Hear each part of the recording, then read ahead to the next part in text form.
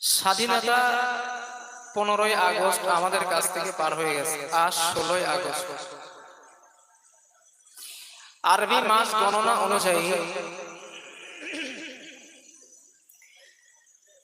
অ্যারাবিকের গণনা অনুযায়ী আজ আর 16 নেই, দিন পরিবর্তন হয়ে 17 হয়ে গেছে। ইংলিশ আর বাংলা এর গণনা অনুযায়ী রাত 12টার পরে আগামী কাল হবে। তো সেহেতু এখনো 16ই আগস্ট আমাদের মাঝে আছে, মানে গতকাল। ভাইয়া ক্লিয়ার করো, আওয়াজ জড়িয়ে যাচ্ছে, আওয়াজ জড়িয়ে যাচ্ছে, আরেকটু পরিষ্কার করে দাও। তো গতকাল স্বাধীনতা দিবস আমরা উদযাপন করেছিলাম। এখানে একটা মজার ব্যাপার হলো যে স্বাধীনতা দিবস উদ্দেশ্য করে অনেককে আমি দেখেছি ফুটবল খেলা দেন, বিভিন্ন বাচ্চাদেরকে নিয়ে খেলাধুলা দেন এবং অনেকে ফাংশনও করেন। দুঃখের সঙ্গে কথাটা বলতে হয়, গতকাল আমাদের গ্রামে, আমাদের বাজারে সেখানে ফাংশন জাতীয় কিছু মুসলমান দিয়েছিল। সব কিন্তু মুসলমানেরা, হিন্দু না। হিজড়ে দিয়ে নাকি নাসানি আনছে, যেটা শুনলাম হিজড়ে এনেছে, হিজড়ে। এখন পুলিশ কোন রকম ইনফরমেশন পেয়েছে, এসে পুলিশ ওটাকে ভেঙে চুরে দিয়েছে, পুলিশকে উল্টা মারধর করেছে। আমি যতটুকু শুনলাম তাদের নামে নাকি আবার কেসও হয়েছে। তো কথাটা শোনার পর অনেকটা খুশি হয়েছে। দুঃখ ওই জায়গাটাই যে মুসলমান পাড়া, মুসলমান একটা গ্রাম, সেই গ্রামে ফাংশন উদযাপন করছে কারা? ওই মুসলমানের ছেলেরাই, যারা ঈদের দিন মাথায় টুপি দিয়ে ঈদগাহে যায়, যারা জুমার দিন পাঞ্জাবি পরে মাথায় টুপি দিয়ে আতর মেখে মসজিদে যায়, তারাই হিজড়া দিয়ে নাসানি এনে ওখানে স্বাধীনতা দিবস পালন করে। তো এখানে আসার পর এবং কথাগুলো শোনার পর আমি খুশি ওই জায়গায়, যারা মাহফিলটা দিয়েছেন ওনাদের মধ্যে আমার মনে হয় অধিকাংশ যুবক। ঠিক তো ভাইয়া? এদেরও তো উচিত ছিল এখানে একটা ফাংশন দেওয়া। জি ছিল হুজুর, নিয়ত তো হয়, কিন্তু করি কেমনে? তো আজ যে আপনারা ফাংশনটা না দিয়ে কোরআনের মাহফিল দিয়েছেন, এই দেওয়াটা সওয়াব। শুধু সওয়াব না, যদি নিয়তটা সহি হয় যে আল্লাহর রাজি এবং খুশি, আশা করা যায় এই মাহফিল হাসরের দিন নাজাতের ওসিলা হয়ে যাবে ইনশাআল্লাহ। হ্যাঁ, এটা হাদিস কোরআন দ্বারা প্রমাণিত। তাহলে একদল স্বাধীনতা দিবস পালন করে গান সিনেমা দিয়ে তারা জাহান্নামের রাস্তাকে বেছে নিয়েছে, অপরদিকে আরেকটা দল জলসা দিয়ে, কোরআনের মাহফিল দিয়ে, কেরাত সম্মেলন দিয়ে জান্নাতের রাস্তাটাকে পরিষ্কার করে। উভয় কিন্তু মুসলিম। আমার বলার উদ্দেশ্য হলো এটাই যে শুধু মুসলমান মুসলমানই নয়,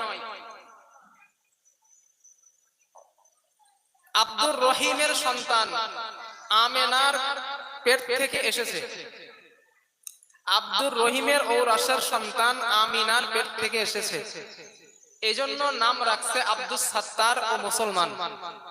ওই ছেলেটাই পরেক্ষণে গিয়ে ফাংশনে যোগ দেয়। নাম রেখেছে বাবা আব্দুর রহমান, নাম শুনলে মনে হবে মুসলিম। ওই ছেলেটা পূজার মণ্ডপে যোগ দেয়। নাম শুনলে মনে হবে মুসলিম, নাম আব্দুল খালিক। সেই ছেলেটাও ফাংশনে চাঁদা দেয়। বোঝা গেল এটাই যে মুসলমানের পেট থেকেই জন্ম নিলে তাকে মুসলমান বলা যায় না। হ্যাঁ, আমার কথাগুলো একটু মন দিয়ে শোনেন। মুসলিমা নারীর পেট থেকে জন্ম নিলেই তাকে মুসলমান বলা যায় না। এমনও কাজ দুনিয়াতে আছে দরকার নাই, চলবে চলবে। মুসলমানের এমনও কাজ আছে যেই কাজগুলা করলে মুসলমান মুসলমান থাকে না, কাফের হয়ে যায়। এমনও কথা আছে যেই কথাগুলো বললে মুসলমান আর মুসলমান থাকে না, সে কাফের হয়ে যায়। বিশ্বাস হয় আপনাদের? জি না, আমি বানিয়ে বলছি না, আমি দলিল দিচ্ছি।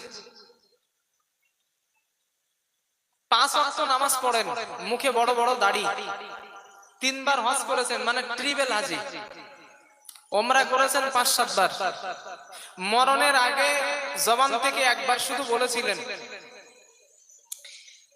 সন্তান আল্লাহ যেমন দেন, দেওয়ার ক্ষমতা রাখেন, বসিরাট আল্লামা রুহুল আমিন রহমাতুল্লাহ আলাইহিও সন্তান দেওয়ার ক্ষমতা রাখেন। এতটুকু কথা বলে মরে গেলেন, আপনার ঠিকানা জাহান্নাম। কথা বোঝাতে পেরেছি? সন্তান দেওয়ার মালিক আল্লাহ, ওখানে ওই ক্ষমতার অধিকারী বসিরাট হুজুরকে বানানোর কারণেই আপনি মুশরিক, আপনি জাহান্নামে যাবেন। তাহলে কথার কারণে মানুষ জাহান্নামী। আপনি চিন্তা করলেন আপনার বিবির 10 বছর বাচ্চা হয় না, আজমির শরীফে বেড়াতে গিয়েছেন, বেড়াতে গিয়ে চিন্তা করলেন সকল মানুষ তো খাজা বাবারে সেজদা দেয়, আমি তো হিন্দু না, আমি তো মুসলিম, আমি একটু বাবারে সেজদা করি। অথবা আপনার বাবা মা খুব ভালোবাসেন, বাবা মাকে আপনি সেজদা করলেন, অথবা আপনার কোনো পীর, তাকে আপনি সেজদা দিলেন। এই সেজদা দিলেন, মরার আগে যদি তওবা করে মারা না যান, সারা জীবনের ইবাদত নষ্ট, আপনার ঠিকানা জাহান্নাম। কথা বোঝাতে পারছি ইনশাআল্লাহ আমি? তাহলে কর্ম দ্বারা মানুষ জাহান্নামে যাবে, কথা দ্বারাও মানুষ বেঈমান হয়ে জাহান্নামে যাবে। অর্থ দাঁড়ালো কি, মুসলমানের পেট থেকেই আসলে মুসলমান হয় না। এবার আমি কোরআনের দলিল দেই, আপনারা একটু মাথায় সাজান। আমরা এখানে, আমি তার আগে একটা কথা জিজ্ঞেস করি, আমরা এখানে যারা বসে আছি, আমরা সকলেই কি ইমানদার? এমন আয় করছি বাবা, একটু আস্তে কথা বলো। আমরা এখানে যারা বসে আছি, আমরা কি সকলে ইমানদার? ভাই আমার দিকে একটু মন দেন। শরবত টরবত না দিলে হয় না এখন। এই দেখেন, এসব বন্ধ করেন এখন, এই চাটা দেওয়া বন্ধ করেন, মনোযোগ নষ্ট হয়ে যাবে।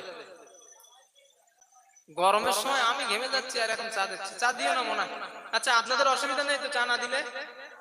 তাহলে চা দেওয়ার দরকার নাই, নিয়ে যাও। আচ্ছা অ্যাটেনশন প্লিজ, কথা শোনা। আমি আপনাদের জিজ্ঞেস করেছিলাম, আমরা এখানে যারা আছি, আমরা সকল ইমানদার? একটু হ্যাঁ না না বলেন। ইমানদার কারা, একটু হাত তোলেন দিন।